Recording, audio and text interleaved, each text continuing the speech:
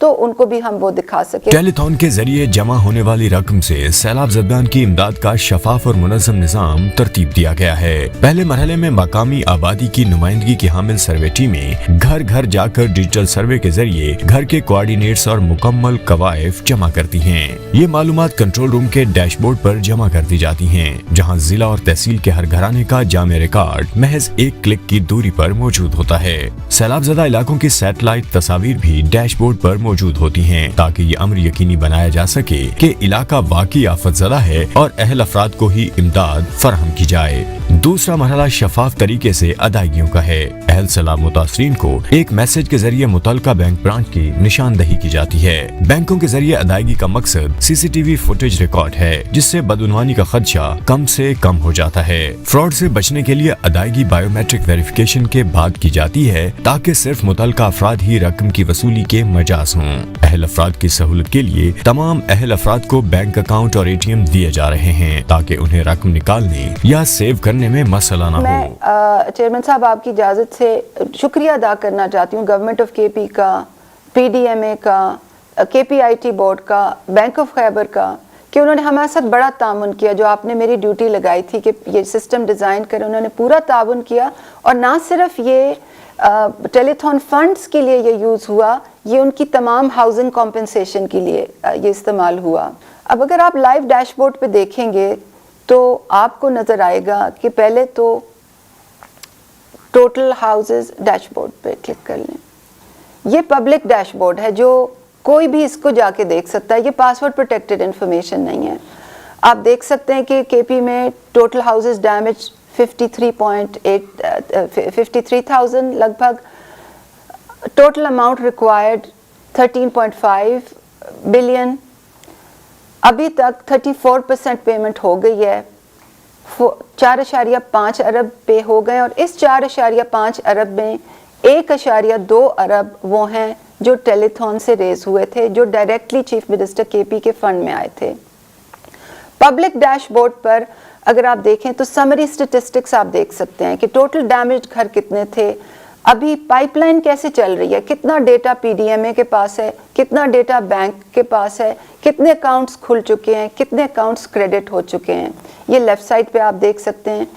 پھر اگر کوئی اپنے ڈیمیج گھر کا سٹیٹس دیکھنا چاہے اور اپنا سی این آئی سی ڈالے یہاں پر، تو اس کو اس کا سٹیٹس پتہ چل جائے گا کہ کیا اس کا ڈیمیج ٹائپ کیا تھا اور اس کا کیس سٹیٹس کیا ہے، کیا بینک کے پاس ہے، کیا پی ڈی ایم اے کے پاس ہے، کیا اس کا اکاؤنٹ کھل چکا ہے. یہ تمام جو انفارمیشن ہے یہ پبلک ڈومین میں ہے. اب ہم نے انڈیویجول جو انفارمیشن ہے وہ پاسورڈ پروٹیکٹڈ سائٹ پہ رکھی ہوئی ہے تاکہ ایک ایک انڈیویجول کا حساب ہم دکھا سکیں. اور اس میں اگر آپ لاگ ان کریں گے اور اگر آپ کمپنسیٹڈ کیسز کی لسٹ کھولیں گے تو آپ کو لوگوں کے نام، ان کا فادرز نیم، ان کا سی این آئی سی. اب اپڈیٹڈ سی این آئی سی اس لیے یہاں پر لکھا ہوا ہے کیونکہ جب یہ پہلا ریکارڈ پہلی دفعہ آیا تھا تو اس میں کوئی ڈسکریپنسی تھی. پی ڈی ایم اے نے واپس بھیجا اور کہا کہ اس ڈسکریپنسی کو ریزالو کریں. اس کا ڈیمیج ٹائپ لکھا ہوا ہے، اس کا ڈسٹرکٹ لکھا ہوا ہے، اس کا تحصیل لکھا ہوا ہے، اور جو پیسے اس کو دیے گئے ہیں اس کی بھی تفصیل اس پہ ہے. تو یہ ڈاؤن ٹو دا لاسٹ مائل ہماری کوشش تھی کہ ایک غیر سیاسی بنیادوں پر ایک شفاف، منظم، غیر جانبدارانہ انداز سے ایک نئی روایت رکھی جائے کہ تمام ڈیٹیلز پبلک کی جائیں. کیونکہ بارہا ہم نے دیکھا ہے حکومتیں پرومسز بہت کرتی ہیں، بہت پرومسز کرتی ہیں، مگر سال گزر جاتا ہے اور ڈسبرسمنٹ کی کوئی ڈیٹیل نہیں ہوتی. اسی طرح گورنمنٹ آف پنجاب کا بھی ڈیش بورڈ ہے، جیسے کہ گورنمنٹ آف کے پی کا ہے. یہاں بھی انفارمیشن کچھ پبلک ڈومین میں ہے اور کچھ پاس ورڈز کے پیچھے ہے. یہ تو رہی تفصیل کے پی اور پنجاب کے حد تک. چیئرمین صاحب کی ہدایت تھی کہ یہ جو پیسے ہم اکٹھے کر رہے ہیں یہ صرف کے پی اور پنجاب کے نہیں ہیں، یہ اور پروونسز اور وفاق کی اکائیوں میں بھی بٹیں گے. بلوچستان کی حکومت نے گورنمنٹ آف کے پی سے یہ ریکویسٹ کی کہ آپ ہمارے لیے health and life stock camps لگائیں، جو کئی ہفتے پہلے لگ چکے تھے.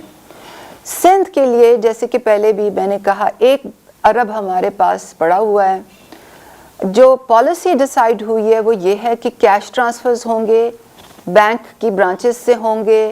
اسی طرح ٹریکیبلٹی پرووائڈ کی جائے گی جیسے کہ پنجاب اور کے پی میں ٹریکیبلٹی پرووائڈ کی گئی ہے. جو گھروں کی سلیکشن ہے وہ ڈیٹا انالیٹکس کی بنیاد پہ ہوگی مگر اس کے لیے ہمیں سروے ڈیٹا چاہیے. اگر ہمارے پاس ہمیں سروے ڈیٹا نہ ملے تو وہ ہم ایک ڈیمانڈ ڈریون پروسیس سے اس کو کنسیڈر کریں گے. جو کیش ٹرانسفرز یہاں پر ہم نے کرنے ہیں وہ 40,000 لوگوں کو کرنے ہیں اور 25,000 کا کیش ٹرانسفر ہونا ہے. اور جیسے ہی ہمیں ڈیٹا پرووائڈ ہوگا تو یہ پیمنٹس فوراً کر دی جائیں گی. جی ثانیہ شکریہ. آخر میں صرف یہ کہنا چاہتا ہوں کہ جو سندھ حکومت ہے ہمارے پاس 1 ارب روپیہ پڑا ہوا ہے. ہمیں ڈیٹا چاہیے اور جس طرح بھی ثانیہ نے کہا کہ اگر ہمیں ڈیٹا مل جائے تو ہم نے 40,000 گھروں کو فیصلہ کیا ہوا ہے کہ ہم ان کو پیسے پہنچائیں.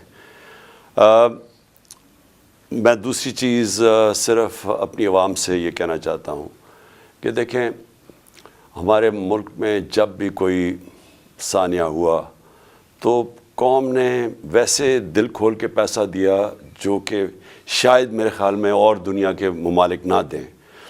پاکستانی وہ قوم ہے جو جب بھی ان کو ٹیسٹ کیا جائے تو یہ بڑے کھلے دل سے پیسے دیتے ہیں.